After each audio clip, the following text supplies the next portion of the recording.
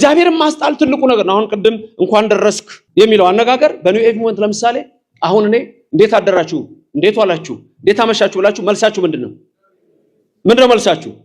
በኒው ኤጅ ሙቭመንት እንደሱ አይደለም። እንዴት ናችሁ ብላችሁ አም ማግኒፊሸንት ድገሙ። እንዴት ናችሁ ስላችሁ እኔ ድንቅ ነኝ ነው። አይሰማም እኔ ድንቅ ነኝ፣ አንቺ ድንቅ ነሽ፣ አንተ ድንቅ ነህ። እኔ ድንቅ ነኝ ያለው ማን ነው? ሉሲፈር ነው። ተመልከቱ። እኔ ውብ ነኝ ያለው ማን ነው? ሉሲፈር ነው። ቀጥታ እሱ ነው እምነቱ መጨረሻም የሚወስደው ወደዛ ነው። የመጨረሻው ደረጃ እሱ ነው። አም ማግኒፊሸንት እኔ ድንቅ ነኝ፣ እኔ እንደዚህ ነኝ። እና በሲክሬት መጽሐፍ በሲክሬት በተባለው መጽሐፍ ላይ ስታዩት ዩ በካፒታል ሌተር እሱ ለእግዚአብሔር ነው የሚሰጠው። አንተ እግዚአብሔር ነህ፣ ውሰደው ነው በቃ። ዲቫይን ኤነርጂ የለም እዛ ላይ። አንተ ነህ እግዚአብሔር፣ አንቺ ነሽ እግዚአብሔር። እንደው ምን ይላል መሰላችሁ? you are God in a flesh, you are spirit in a flesh ነው የሚለው መጽሐፉ ላይ ስታዩት። ዩ የሚለው ቃል በካፒታል ነው፣ ዩኒቨርስ በካፒታል ነው። ስለዚህ becoming one with universe የሚለው አሳሰብ ምን ማለት ነው? ዩኒቨርስ መጨረሻ ዩኒቨርስ ብለው አንድ ቦታ ብቻ ነው የምትነግርህ። ዩኒቨርስ ማለት ጂኒ ነው። ዩኒቨርስን አገኘ ማለት ጂኒን አገኘ ማለት ነው። ጂኒ ደግሞ ሁሉን ይሰጣል፣ ይስብልሃል፣ ይጎትትልሃል የሚል አስተሳሰብ ነው የምትመለከቱት። በዚህ መንፈስ ነው። ስለዚህ አንድ ሰው በእነሱ እምነት ውስጥ ምን ይሆናል? ዲቫይን ስፓርክ ይሆናል። ዲቫይን ስፓርክ ይሆናል። እንደገና ደግሞ ኢነር ኮኔክሽን ቱ ዘ ዩኒቨርስ ይሆናል። አሁን ያልኳችሁ ራሱ ምን ይሆናል? ይለወጣል። ስፓርክ ነው የሚሆነው። ለምሳሌ አንዱ ኢየሱስ ነው ትላለች በሲክሬት የሚለው መጽሐፍ ላይ። ኢየሱስ ማለት እኮ እንዴት አይነት ቢሊዮነር እንደነበረ፣ እንዴት ተንደላቆ እንደኖረ፣ እንዴት ሰው ይሄን እያነበበ በዚህ አስተሳሰብ ውስጥ ይመጣል? በሲክሬት እኮ ነው ሎ ኦፍ አትራክሽን።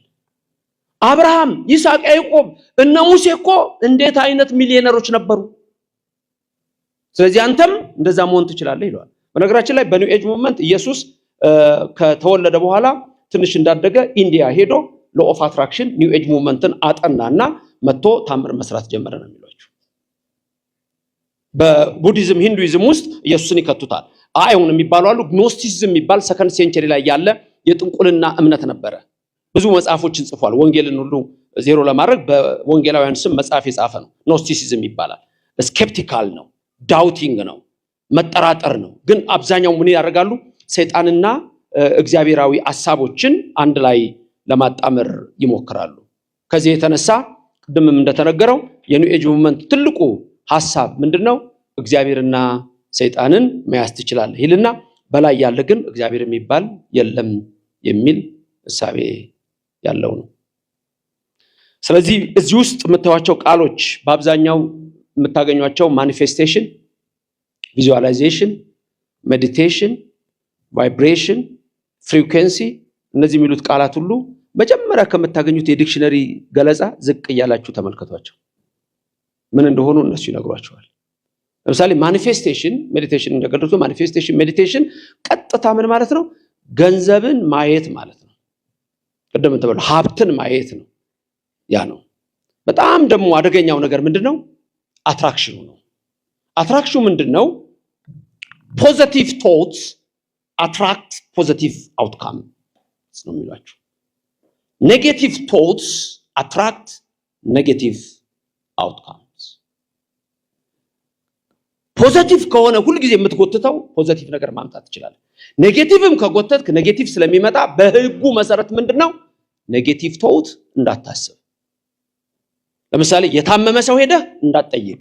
በሲክሬትና በኒው ኤጅ ሙቭመንት አንዱ ትልቁ ነገር በፍጹም የታመመ ሰው እንዳትጠይቅ።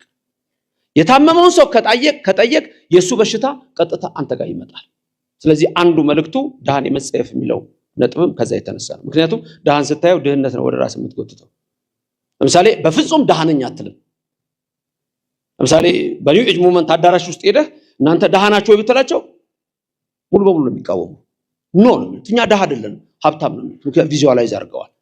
ወይም የንግድ ባንክ ያለው ገንዘብ የነሱ ነው፣ ወይም በወጋገን ያለው የነሱ ነው፣ በዘመን ያለው የነሱ ነው። ሊጎትቱት ይችላሉ፣ ሊስቡት ይችላሉ። በውጭው ዓለም ድብብቆሽ የለም።